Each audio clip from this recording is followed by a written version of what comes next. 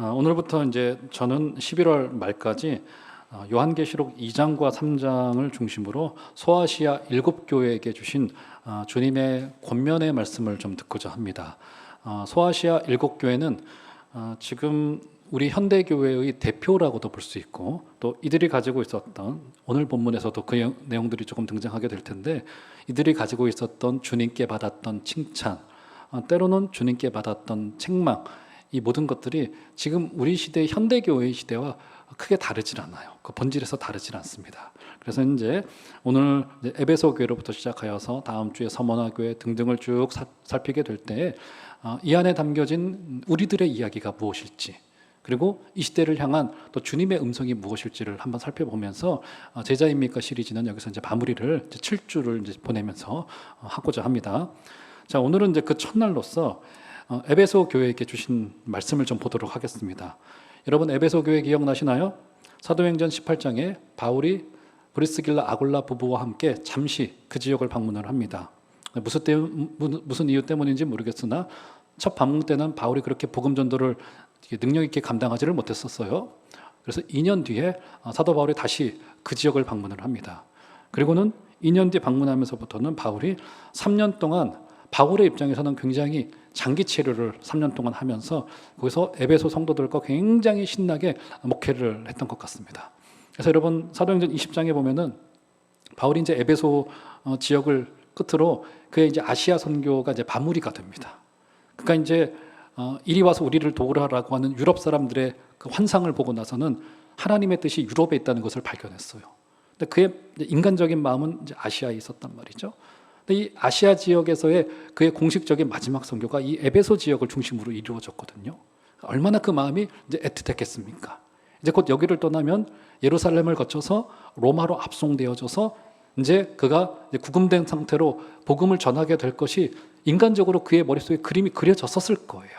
이제 자유롭게 하는 마지막 선교일 것이고, 이제 그는 곧 죽음을 향해서 간다는 간절한 심정이 있었을 것입니다. 어떻게 합니까? 사도행전 20장에 보면은 해변가에 에베소의 장로들을 쭉 모아놔요. 근데 오늘 본문에서 중간에 이제 그것을 읽을 텐데, 그리고는 그들에게 간절하게 교회를 부탁을 합니다. 얼마나 그 마음에 내가 눈물로 너에게 이야기를 한다라고 말할 정도로 이 에베소 지역의 이 선교와 그 목회에 대해서 사도 바울이 굉장한 애정을 쏟았던 것이 이제 분명합니다. 오늘은 이제 그 에베소 교회에게 주셨던, 사도 요한을 통해서 주셨던 주님의 계시의 말씀, 그들을 향한 칭찬. 이 7교회는 좀 다 달라요. 어떻게 다르냐면, 어떤 교회는 거기에는 주님의 칭찬만이 있어요. 대표적으로 서머나 교회, 빌라델비아 교회. 그래서 교회를 개척할 때 가끔 이름을 빌라델비아 교회, 서머나 교회 이렇게 짓기도 하는데 다른 이름으로는 잘 짓진 않죠. 왜냐하면 다른 교회는 책망이 좀 있었거든요. 오늘 에베소 교회도 마찬가지입니다. 칭찬과 책망이 있었습니다. 사대교회 같은 경우에는 칭찬이 등장하지 않아요. 사랑하는 여러분, 우리 기왕이면 빌라델비아 서머나 교회와도 같이 우리가 주님 앞에 서게 됐을 때 잘하였도다, 착하고 충성된 종아, 네가 작은 일에 충성하였구나, 주님의 칭찬을 듣게 되시는 복된 은혜가 있으시기를 주의 이름으로 축원합니다. 그렇죠? 에베소 교회는 이제 그런 교회였었습니다. 자, 그러면 오늘 말씀의 본문으로 들어가기에 앞서서 오늘 에베소 교회에게 주었던 주님의 이 칭찬과 책망의 내용을 저희가 조금 더 자세하게 좀 살피게 될 텐데, 그 내용을 좀 우리가 제대로 잘 알기 위해서는 이 에베소라고 하는 지역이 어떤 지역인지를 알 필요가 있어요. 왜냐하면 우리 이제 종암제일교회를 알기 위해서도 사실은 이 종암동이 어떤 곳인지를 우리가 조금 알아야지만이, 이 종암동은 저기 경상남도의 어떤 지역하고는 다른 지역 아니겠습니까? 저기 제가 태어난 저기 충청도 그 지역하고는 다른 곳이잖아요. 여기는. 그래서 이 종암제일교회가 종암동에 있다는 그 의미가 있는 거거든요. 자, 그러면 한번 에베소로 들어가기 전에 우리 종암동의 특징 한번 생각을 해볼까요? 종암동의 자랑거리. 여기 오랫동안 계신 분들은 잘 모르세요. 종암동의 자랑거리 뭐가 있으신지 잘 몰라요. 종암동의 자랑거리 중에 하나가 뭐냐면, 우리 교회 정문으로부터 시작해서 저기 우리 길 목사님의 성복중앙교회까지 그 거리 있죠. 사대부 중 사대부고 거리가 이제 한 2주나 3주 후에 되면은 노란 잎으로 변하여서 그게 전부 다 떨어집니다. 근데 그 장면이 너무너무 아름다워요. 물론 청소하시는 분들이 힘드시겠지만 그 노란 낙엽이 우수수 떨어지는데 괜히 저도 멋있어지는 것 같고, 작년 가을에 아는 교수님 한 분이 우연찮게 가을에 오셔가지고 제가 그분을 모시고 이렇게 그 길을 이제 걸을 일이 있었어요. 그분이 하시는 말씀이 뭐냐면, 목사님이 너무너무 멋있고 이 길이 너무 운치 있다고 하더라고요. 첫 번째 자랑거리, 사대부중 사대부고 거리가 우리 자랑거리예요. 또 뭐가 있을까요? 종암동의 특징, 종암동의 자랑거리. 여기가 의외로요, 그러니까 여기 오랫동안 살고 계신 분들은 잘 모르셔요. 근데 저처럼 이제 외부에서 온 지 얼마 안 된 사람들은 눈에 띄는 장면 중에 하나가 뭐냐면, 그러니까 의외로 대학가입니다. 대학가. 저 신촌 못지않게 가까이 동덕여대 있죠, 고려대 있죠, 시립대 있죠. 저 월곡역 쪽으로만 가보면은 젊은 애들이 왕왕왕왕 이렇게 돌아다녀요. 동덕여고 애들이 지금 막, 동덕여대 애들이 막 돌아다닙니다. 의외로 대학가입니다, 여기가. 그리고 또 뭐가 있을까요? 종암동의 특징, 여기 근처. 여기가 교통의 요지입니다. 교통의 요지. 이 내부순환로하고, 이 영상을 보고 계신 우리 교회에 안 다니시는 분들은 꼭 기억하시길 바랍니다. 내부순환로하고 이어져 있고 북부간선도로하고 이렇게 딱 연결되어지는 그 교차로점이 있습니다. 교통의 요지이긴 한데 교통의 지옥이기도 하죠. 뭐 어마어마하게 막히긴 하지만 서울에 이런 곳이 없어요. 차만 안 막히면 우리 내부순환로 타고 바로 고속도로 타고 이렇게 경부고속도로 쭉 탈 수 있고요. 이게 굉장히 잘 돼 있는 겁니다. 차만 안 막힌다면 그런 게 있지만. 자, 그리고 마지막으로 우리 종암동의 자랑거리. 이 정도 여러분 아셔야죠. 이거는 종암동의 자랑거리 마지막 거 뭐가 있을까요, 여러분? 맞습니다. 1부 때는 성도들이 아무도 대답 못 하셨고 2부 때는 자신 없게 대답하셨어요. 종암제일교회 이러고. 3부 때는 역시 우리 성도님들 뭡니까? 종암제일교회.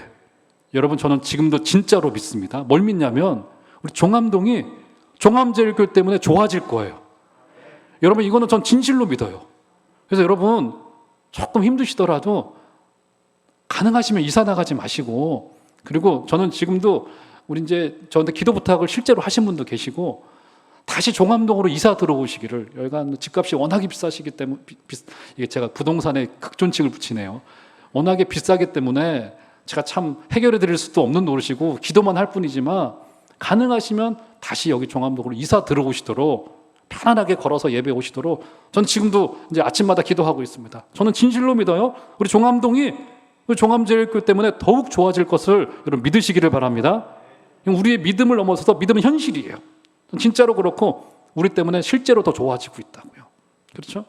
자, 이런 걸 알아야지 종암제일교회를 알 수 있는 거예요. 자, 그러면 에베소. 자, 에베소 어떤 도시일까? 자, 시간이 없으니까 제가 요약을 해드리겠습니다. 자, 에베소가 어떤 도시냐면 일단 아시아에서 제일 큰 도시였습니다. 제일 큰 도시라고 하는 것은 땅덩어리도 넓었고 그리고 인구도 제일 많았습니다. 여러분, 인구가 많게 되면 어떻게 될까요? 경제활동이 활발하겠죠. 소비 인구가 많고 생산 인구가 많을 거란 말이죠. 그래서 아무래도 좀 부유했던 도시입니다. 공장이 팍팍 돌아가고 사람들의 활동이 좀 있고, 지금으로 말하면 그런 상황이 된 거예요. 그렇죠? 게다가 거기는 물질과 상업만이 풍성했던 것이 아니라 사상과 종교도 굉장히 풍성했던 도시였었습니다. 그리고 사실은 그들의 사상과 종교와 철학이 그들의 물질적인 부여와 괴를 같이 해서 이렇게 했었습니다. 이런 바울이 에베소 선교할 때 혹시 기억나시나요? 거기서 어떤 일이 있었죠? 아데미 신전을 섬기던 사람들이 난리를 쳤습니다. 바울의 복음 전도를 향하여서 난리를 쳤었어요. 왜 그럴 수밖에 없었을까요? 이 아데미 신전이라고 하는 것이 단순히 종교적인 이유 때문이라면 덜했을 겁니다. 그러니까 그들이 가지고 있었던 이 아데미 신전, 이 아데미라고 하는 여신을 섬기는 이 종교라고 하는 것은 그들의 삶 전체였다고도 볼 수 있었어요. 그래서 로마 황제가 어떤 짓을 했냐면, 아우구스도 황제 같은 경우는 굉장히 지혜로운 거죠. 어떤 일을 했습니까? 아데미 신전을 자신을 숭배하는 신전으로 활용을 했습니다.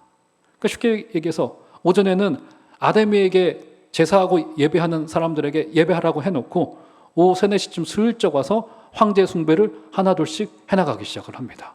사람들의 인식세계를 넓혀가는 거예요. 왜냐하면 에베소 사람들은 굉장히 사상적이고 종교적이고 철학적인 사람들이었기 때문에 종교에 관심이 많았거든요.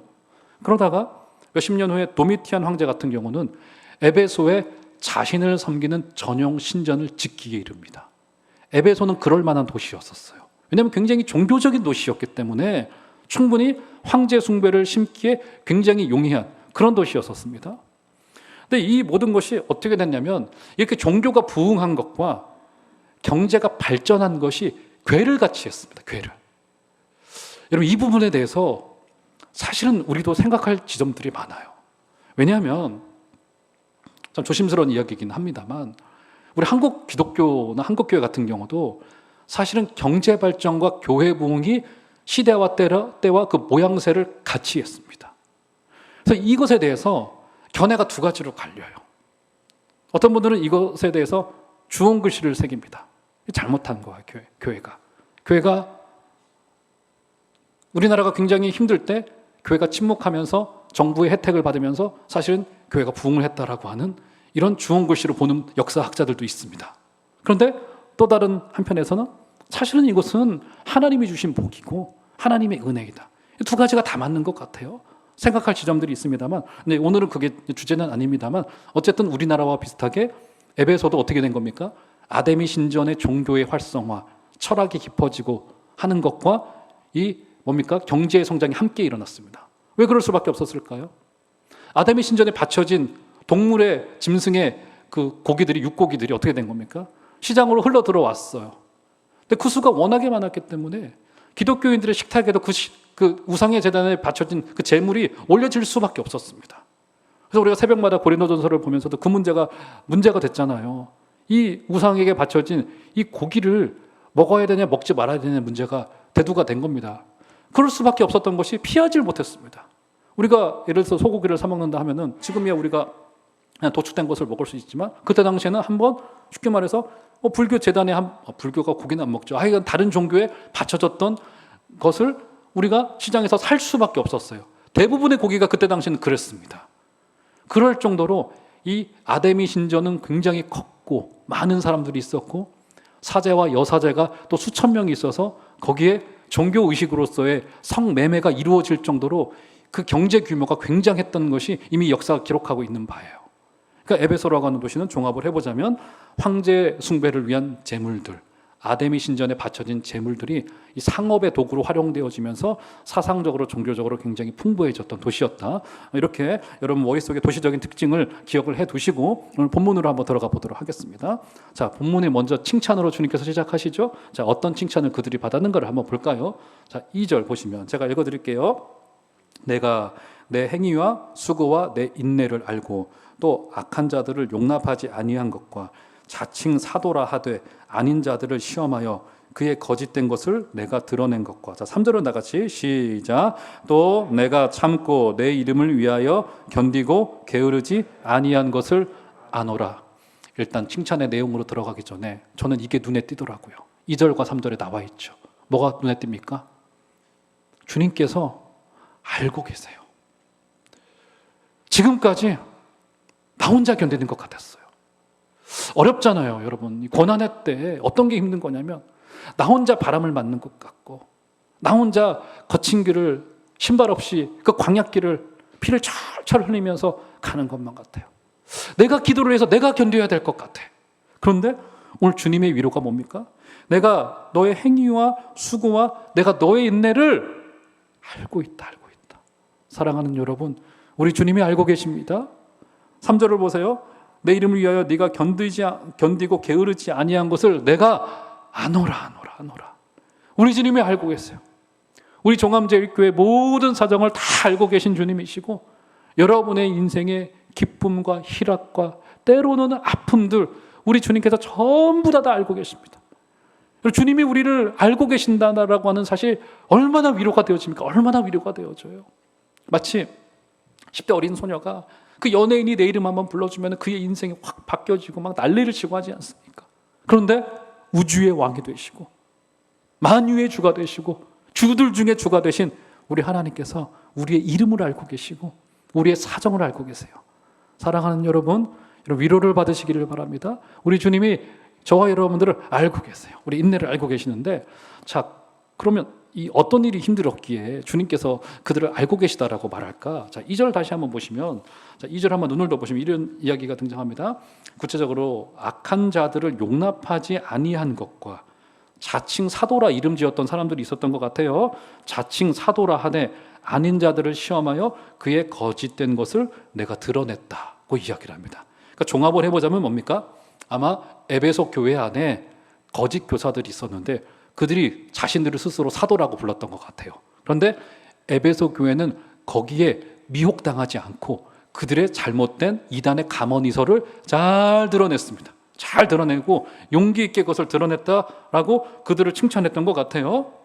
이렇게 진리가 혼탁할 때 에베소 교회는 그것들을 잘 구별해서 그래서 걷어낸 겁니다. 이걸 칭찬하신 거예요, 우리 주님께서. 지금도 이제 이단이나 거짓 교사들의 문제가 많지만 이 초대교회는 더욱 심각할 수밖에 없었습니다. 왜 그럴 수밖에 없었습니까? 지금에서야 담임 목사가 한 명이 교회에 부임을 하면 그래도 한 20년이고 30년이고 이렇게 가는 거 아니겠어요? 근데 그때 당시에는 그러질 않았었습니다. 바울이 제일 길게 목회했던 게 3년. 고린도 교회는 그나마 1년 6개월. 이 에베소 교회는 3년, 몇 달 있다가 떠나가게 되어지고 사도들이, 지도자들이 그럴 수밖에 없었던 상황이 된 겁니다. 그래서 사도는 떠나가요. 교회는 남을 거 아니겠어요? 그러면 어떻게 했느냐? 사도가 그저 3년 동안 혹은 몇 달 동안 키운 또 신학교육도 제대로 받지 못한 평신도들을 지도자로 세워놓고 교회를 잘 부탁한다 해놓고 사도들은 또 선교를 위해서 떠나갈 수밖에 없었던 겁니다. 초대교회는 아직 완성되지 않은 교회였기 때문에. 그렇죠? 그럴 수밖에 없었어요. 이러다 보니 교회가 항상 어떤 위험에 노출될 수밖에 없었냐면 이단들의 가머니설과 거짓된 교사들이 잘못된 시대 정신과 에베소의 아데미 신전의 종교의 내용들을 가지고 와서 복음의 내용으로 포장을 해서 이것을 믿어야 합니다 라고 잘못 말해도 교회 안에서 누구도 그것에 대해서 이의제기를 하기가 어려운 상황이 된 겁니다. 이건 잘 모르기 때문에. 우리처럼 지금처럼 성경이 이렇게 손에 들려있던 것도 아니고 그저 사도들의 입으로 구전으로 전달되어지고 그들에게 받은 편지나 그저 회람되어지고 했던 상황이기 때문에 그들이 대처할 능력도 없었고 재료도 없었고 또 그들에게 자원도 없었던 이런 상황이 되고 만 겁니다. 그래서 거짓 교사들이 교묘하고 은밀하게 에베소 교회에 찾아들어오기 시작을 합니다. 그러면 성도들은 어떻습니까? 오매불망 지금 설교자 없이 몇 주를 보냈다가 설교자랍시고 누가 오니까 어떻게 되는 겁니까? 기다리던 성도들에게 복음과 이방 종교와 시대 정신과 잘못된 문화를 섞어서 말해도 순진했던 성도님들은 그들이 설교하는 것에 그저 아멘에만 해버리고 마는 거예요. 그래서요, 여러분들이 하나님의 말씀으로 시퍼렇게 살아있는 게 저에게는 굉장한 성장거리가 되어집니다. 제가 아무 말이나 하더라도 여러분들이 아멘 하시면 안 돼요. 여러분이 잘 알고 계셔야 되고요. 그래서 하나님의 말씀에 여러분들이 그 날이 서 있고들 시퍼렇게 살아있고 해야지 제가 설교 준비할 때도 그럴 일은 저는 약속드리지만 없겠습니다만 혹시 인간적으로라도 느슨해지지 않고 할 수 있는 이유가 저와 여러분들이 피차에 성장해야지 교회가 함께 성장하여 올라갈 수 있는 거라고요. 근데 문제는 뭐냐면 초대교회 때는 이런 구조 자체를 만들기가 너무 어려운 상황이 되었던 거예요. 그런데 자, 그들의 정체가 무엇이었나? 자, 좀 더 자세히 등장하죠. 6절 보시면 자, 그들 스스로를 이제 자칭 사도라고 불렀다고 2절에서 말하는데 자, 6절 보시면 그들의 여기 이름을 여기에 명시해 놓고 있습니다. 자, 6절 한번 다 같이 볼까요? 제가 읽어 드릴게요. 오직 내게 이것이 있으니 내가 니골라 당의 행위를 미워하는도다. 나도 이것을 미워하노라. 면서 그들의 이름을 여기서 밝히고 있죠. 아예 명시적으로 밝히고 있습니다. 에베소 교회 안에 있었던 한 분파인 니골라 당입니다. 제가 한번 물어볼게요. 니골라 누굽니까? 니골라 누구죠? 이름이 등장하죠. 사도행전에 어디에 등장하죠, 여러분? 니골라? 네. 아시면 제가 마음이 굉장히 위로를 받을 것 같은데 니골라 누구죠? 사도행전 6장에 보면은 예루살렘 교회에 7 안수 집사들이 세워졌죠. 그 중에 한 분이 바로 이 니골라라고 하는 사람이었습니다. 그렇죠? 니골라, 그렇죠? 이런 사람이었습니다. 그런데 이 사람이 결국은 나중에 배교했던 것 같아요. 이 사람이 배교를 했는지 이 사람의 후세대들이 제자들이 배교했는지는 정확지는 않지만 지금 어떻게 된 겁니까? 초대교회 예루살렘 교회에 뿌리를 두고 있었던 그때 당시에 이제 스데반과 같은 안수 집사들이라고 하는 것은 거의 사도적인 역할들을 감당을 했었어요. 그러니까 7 집사의 위용이 대단했습니다. 그런데 그 중에 한 명이 배교하여서 당을 만들고 어떻게 흘러 들어왔는지 모르겠습니다만 예루살렘에서 굉장히 거리가 멀었던 에베소로까지 와서 거기에 니골라 당이라고 하는 이름으로 떡하니 든 거예요. 그러니까 결국 뭡니까? 이것이 주고 있는 게 뭐예요? 이들은 교회 외부로부터 들어온 이단들, 그러니까 우리로 말하면 통일교나 신천지나 이렇게 외부의 공격도 굉장히 거세지만 지금 어떻게 된 거예요? 교회 내부에 뿌리를 두면서 자신들을 사도라고 거짓되게 소개하면서 성도들을 미혹하였던 교회 내부에 뿌리를 두었던 이들이었고, 아무래도 초대교회 유력 인사인 니골라의 이름이 여기 등장하다 보니까 성도님들께서는 그런가 보구나, 사도들일 수 있겠구나, 이런 생각을 가지고 그들을 따라갔던 것 같아요. 자, 그래서 저는 여기서 여러분들께 두 가지를 꼭 말씀드리고 싶습니다. 현장에 오신 분들, 영상으로 함께하고 계신 성도님들도 이 말씀은 꼭 여러분 마음에 두시기를 바라겠어요. 첫 번째는 뭐냐면, 여러분 절대로, 제가 오늘 이 말씀은 양해를 해 주십시오. 조금 세게 이야기를 하겠습니다. 중요한 내용이기 때문에. 절대로 교회 안에서는 헌법에 보장된 건 내지는 당회가 허락한 정식 기구 외에 일절 사조직을 교회의 이름으로 만들 수는 없습니다. 더더욱 중요한 건 뭐냐면, 특별히 교회 내 정식 모임이 아닌, 그러니까 구역이나 우리 이제 제자훈련을 시작을 하게 될 텐데, 아닌 말씀을 책임지고 있는 저와 되지 않은 특별히 성경 공부 모임은, 이거는 더더욱 안 됩니다. 그거는 있을 수 없는 일이에요. 이거는 있을 수 없습니다.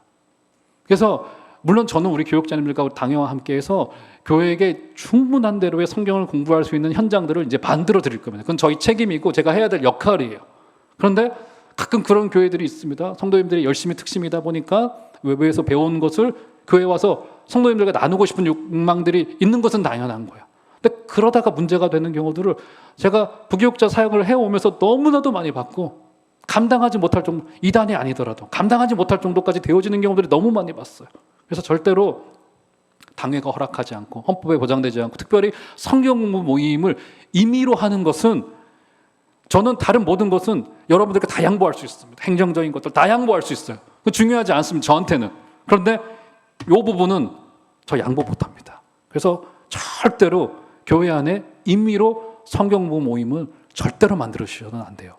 그래서 부족하다면 우리 교육자님들이나 장로님들이나 저한테 말씀해 주시면 충분한 성경 공부 모임을 많이 만들어 드릴 겁니다. 그리고 우리 교육자님들과 저는 많이 수련을 하여서 여러분들에게 정말 좋은 말씀들을 들려주기 위해서 노력할 거예요. 절대로 절대 성경 공부 모임을 만들 수 없고요. 그러면 두 번째로 우리는 뭘 해야 되느냐? 자, 사도행전 볼까요? 20장 31절 32절 보시면, 자, 제가 읽어드릴게요. 자, 이 장면이 어떤 장면이냐면, 바로 그 에베소 교회 장로들을 모아놓고 사도 바울이 이제 예루살렘 교회로 가기 직전에 그들을 모아놓고 작별의 인사를 하던 현장이에요. 31절. 그러므로 여러분이 읽게요. 내가 3년이나 밤낮 쉬지 않고 눈물로 각 사람을 훈계하던 것을 기억하라. 참, 이거 31절 보시면 이 목회자가 할 수 있는, 작별 인사할 수 있는 너무 멋진 말이에요. 참, 저도 바라기는 제가 이제 언젠가는 이 목회의직을 내려놓을 때 여러분들에게 자신 있게 저 이야기를 할 수 있으면 좋겠습니다. 내가 너희들을 눈물로 말씀으로 훈계하고 가르치던 것을 꼭 기억하라 하고 32절 보시겠어요? 지금 자, 이제 사도 바울은 떠납니다. 내가 여러분을 주와 및 그 은혜의 말씀에 부탁하노니 그 말씀이 여러분을 든든히 세우사 거룩하게 하심을 입은 모든 자 가운데 기업이 있게 하시리라 하면서, 결국 그들이 이단의 감언 이설을 멀리해야 된다라고 한다면 뭘 해야 될 것이냐? 32절 초두에 여러분을 어디에 맡긴다고요? 사도 바울이 주와 및 그 은혜의 말씀에 부탁하노니. 결국 하나님의 말씀에 붙들리는 일밖에 없어요. 제가 여러분 단언코 예언합니다. 예고도 아니에요, 예언이에요. 두 가지 예언할 수 있어요. 첫 번째, 우리 주님은 언젠가 다시 재림하실 거예요. 그때와 시는 알지 못해요. 하지만 반드시 그분은 재림하실 것입니다. 두 번째, 21세기 교회의 존폐, 이 성패의 문제가 어디에 있느냐? 하나님의 말씀에 있어요. 너무 뻔한 이야기라고요? 근데 안 하고 계시잖아요. 맞잖아요, 여러분. 하나님의 말씀에 붙들리셔야 됩니다. 예배 때마다 하나님의 말씀을 사모하기 위하여 나와주시기를 부탁을 드리겠고, 여러분들이 레몬티 바이블로 성경을 여실 때마다, 또 여러분의 볼펜으로 꾹꾹 눌러서 말씀을 쓰실 때마다 거기에 지금도 살아 계시고 우리를 위해서 자신의 아들을 아낌없이 내어주신 우리 하나님의 그 은혜의 말씀, 진리의 말씀에 꼭 붙들리시는 복된 은혜 있으시기를 주의 이름으로 축원합니다. 우리 종암제일교회는 주님 오시는 그날까지 하나님의 말씀만이 역동적으로 살아있고 사람들의 마음을 움직이고 죽었던 자에게 복음으로 말미암아 방주로 들어오게 하게 되어지는 놀라운 기적과도 같은 역사가 있게 되기를 주의 이름으로 축원합니다. 결국 말씀에 붙들리는 일밖에는 없고요. 교회의 존폐 문제가 여기에 달려 있고요. 한 성도의 성폐 문제도 여기에 달려 있어요. 사랑하는 여러분, 저와 여러분들 하나님의 말씀에 늘 기쁨으로 붙들려 있기를 주의 이름으로 축원합니다. 칭찬이어서 에베소 교회는 이단 가문 사설들을 어려움들은 있었지만 잘 잘라내고 걷어내고 쳐내고 했던 일들을 잘 했습니다. 자, 그런데 이 어려운 중에 진리를 잘 지켜왔는데 주님께 좀 책망을 좀 들어요. 자, 4절로 한번 가볼까요? 4절. 그러나 너를 책망할 것이 있나니 너의 처음 사랑을 버렸느니라. 여기 등장하는 그 유명한 그 첫사랑, 너 첫사랑을 지금 잃었다. 주님 내게 첫사랑을 회복시켜 주시옵소서 하는 이제 기도 제목이 여기서 등장하게 된 겁니다. 처음 사랑을 버렸느니라라고 말합니다. 우리가 이제 이 말씀을 조금 이제 가볍게 어떻게 이해를 하냐면, 이 열정을, 이 뜨거움을 좀 잃어버렸다는 차원에서 이거 말씀을 이해하기도 합니다. 근데 그 정도일까? 만약 그 정도라고 한다면 우리 주님께서 바로 그 다음 등장하는 5절을 보시면 주님께서 어떻게 경고하시냐면, 회개하지 아니하면 내가 내게 가서 내 촛대를 그 자리에서 옮기리라 하면서 지금 어떻게 경고하세요? 그렇죠? 첫사랑을 잃은 문제를 가지고 회개하지 아니하면 촛대를 옮기리라 말씀하세요. 아니, 우리가 열정을 잃었다고 우리 주님께서 이 정도로 우리를 가혹하게 심판하실까? 우리 주님은 그런 주님 아니세요.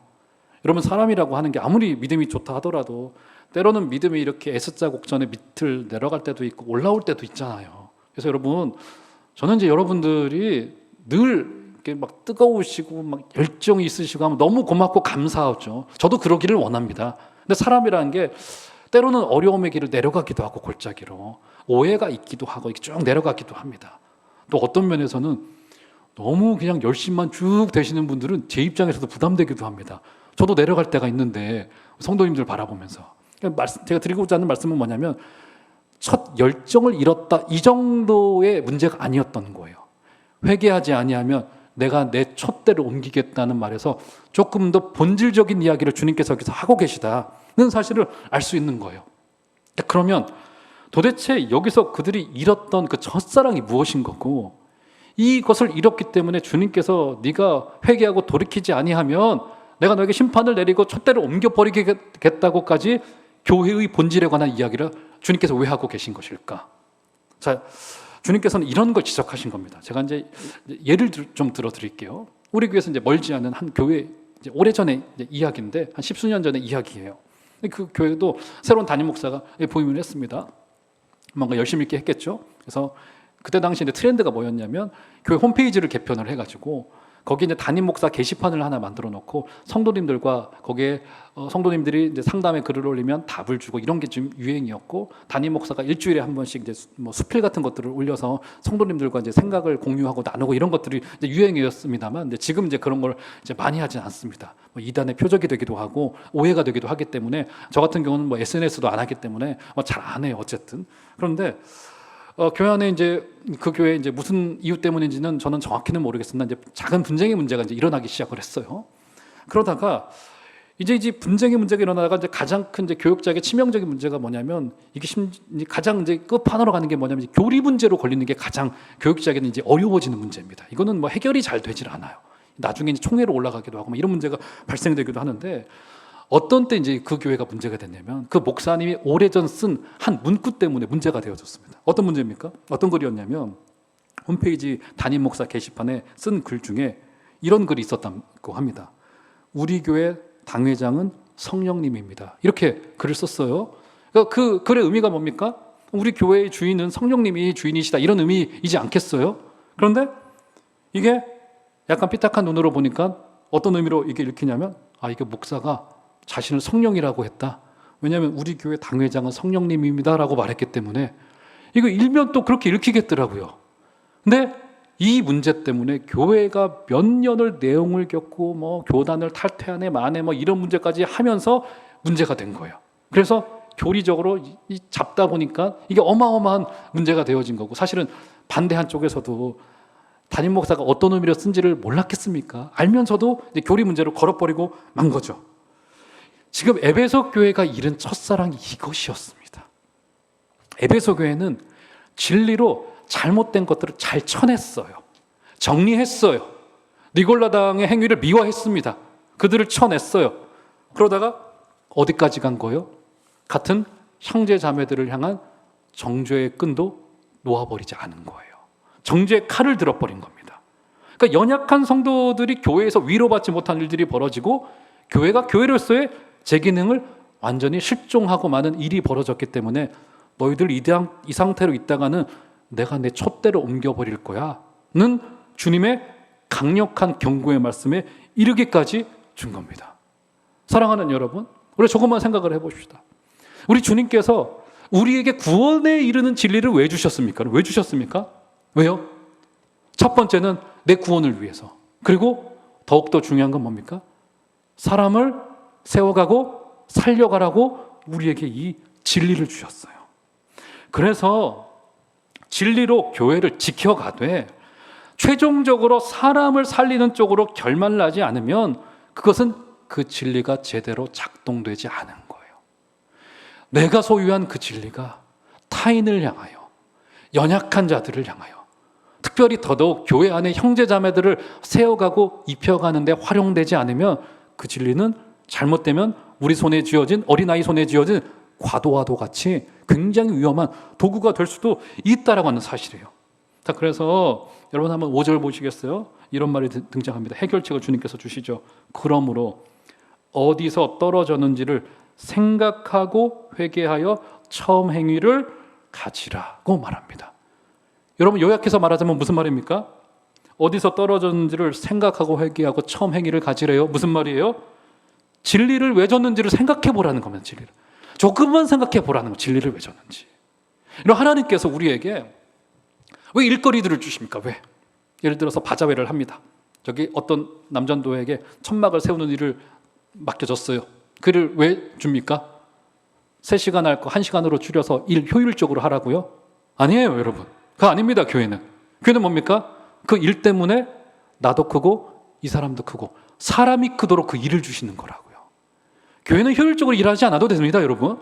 물론 효율적으로 일하면 조금 더 불편한 것은 줄어들겠죠. 그런데 교회는 결국 사람을 세워가고 생명을 세워가고 어떻게 사람을 진리를 만날 수 있도록 그 일을 통해서 주시느냐의 문제가 있을 뿐이지 그 일 자체가 중요한 것은 아닐 수 있다라고 하는 사실입니다. 지금 뭡니까? 에베소 교회는 지금 어떻게 된 거예요? 지금 진리를 지킨다라고 하는 이 명목 때문에 어떻게 된 겁니까? 전부 다 예수의 이름으로 사람을 싹 다 죽여놨던 것 같아요. 그래서 지금 어떻게 된 거예요? 내가 돌이키지 않으면 내 촛대를 여기서 옮겨버리겠다고 경고했던 이유가 단순히 열정이 줄었던 문제가 아니라 그들이 결국 진리를 수호하다 사람을 전부 다 잃고 말았습니다. 그래서 여러분, 저도 그렇고 여러분들도 그렇고 우리가 그리 분석적이 되거나 그리 똑똑해질 필요가 없을 것 같습니다. 왜요? 여러분 세상 사람들 중에 똑똑한 사람들 많잖아요.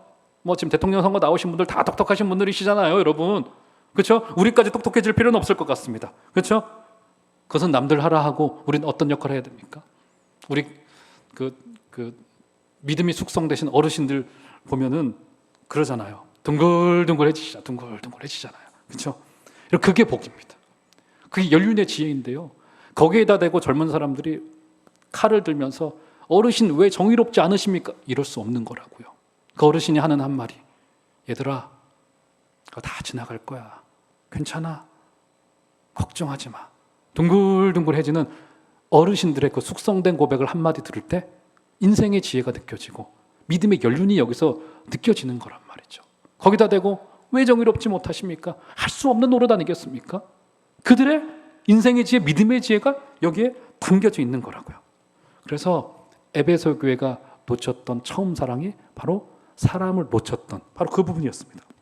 그래서 마지막 7절을 한번 보시겠어요? 이런 이야기 등장합니다. 귀 있는 자는 성령이 교회들에게 하시는 말씀을 들을지어다. 이기는 그에게는 내가 하나님의 낙원에 있는 생명나무의 열매를 주어 먹게 하리라. 뭡니까? 이게 얼마나 중요하던지 사랑을 세워가는 문제가 이것은 이기고 지는 문제라고까지 이야기하는 거예요. 이것은 싸움입니다. 이것은 전쟁이고요. 그래서 생명나무에 아담이 쫓겨난 뒤에 생명나무에 두루 도는 불칼을 두어서 그것을 지키도록 한 이유가 어디에 있습니까? 여기서 등장하죠. 생명나무의 열매를 주어 먹게 하리라라고 말하지 않습니까? 사랑하는 여러분, 우리 이기기 위하여 사랑하시는 은혜가 있기를 주의 이름으로 축원합니다. 성도들이 진리를 지키는 일이요, 서로를 사랑하는 일로 말미암아 교회가 아름답게 세워져가는 복된 은혜가 다 있으시기를 주의 이름으로 축원합니다.